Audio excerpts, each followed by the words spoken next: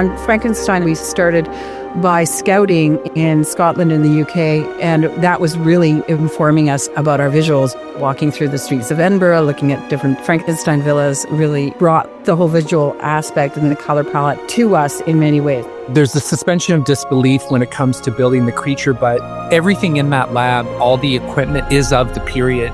The lab is so big and everything gets so dwarfed, so it's really about balancing the scale of all that. What I tend to do is map the movement of the film. I remember looking a lot at rambling gardens, like mess. And then there would be photos like children's feet. I remember doing a lot of referencing around play, creating an Elizabethan family life that felt as relevant and as alive as my family life. Chloe would just keep the cameras rolling at the end of dialogue. So we had things for them to do all the time. So that if they moved around the house or, if something happened there was things set up. It was like having a nursery with play areas.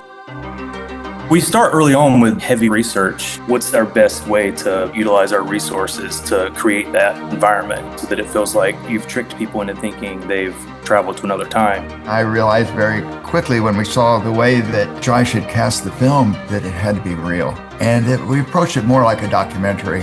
Everybody would go on the location scout, and a lot of the film was formed as we saw the possibilities together. And that's the most exciting way to work. A big part of our process was looking through all these photos of the way that people live in the woods, for example. And so the details that you get to pull, collections of plants, Bob's hobbies, it's just like a layering process of deep realism. Everything was sourced from the locations and the communities that we're in. Each team would start talking to businesses and they know somebody, and through discovery, you start finding things that you never could have imagined.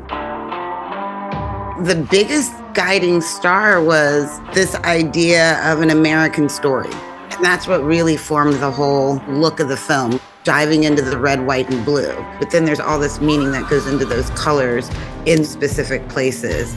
Our first meeting, she walks in with a bag of dirt from Clarksdale and just plops it down. From that moment on, I was like, this is gonna be fun. The amount of information and the amount of research that went into this, it was just a different level. This whole experience was just on a different level.